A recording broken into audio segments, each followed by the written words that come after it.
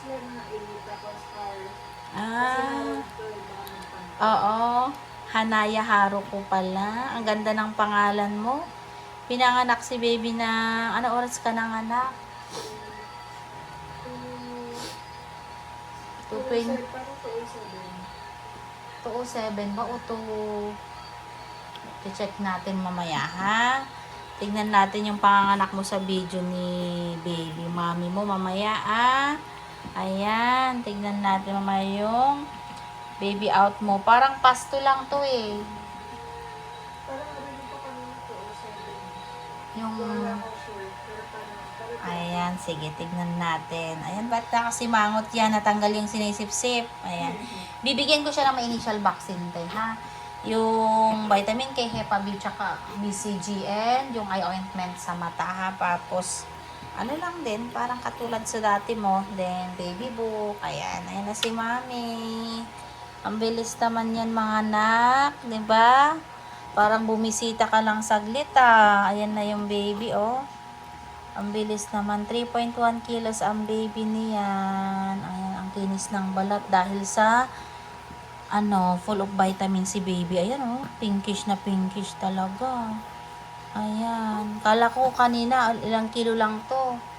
Hindi siya kalakihan eh, tulad ng mga ano mo.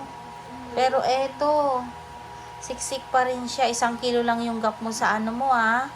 Ate, lalaki ba yung bunso mo nun? Yan, sa ate mo, 1 kilo lang yung gap nyo pala. Ano yan, gutom na.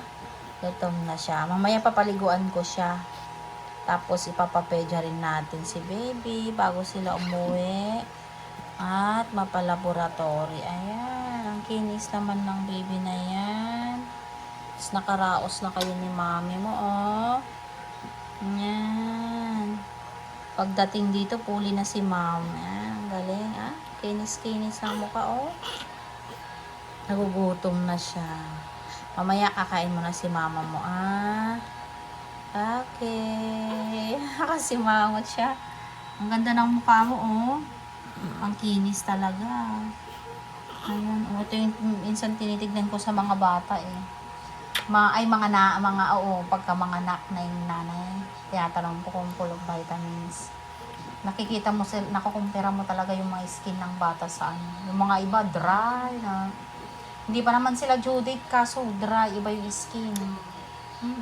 Sa kanya iba, oh. Ganda. Hello. Gutom ka na, mamaya ah.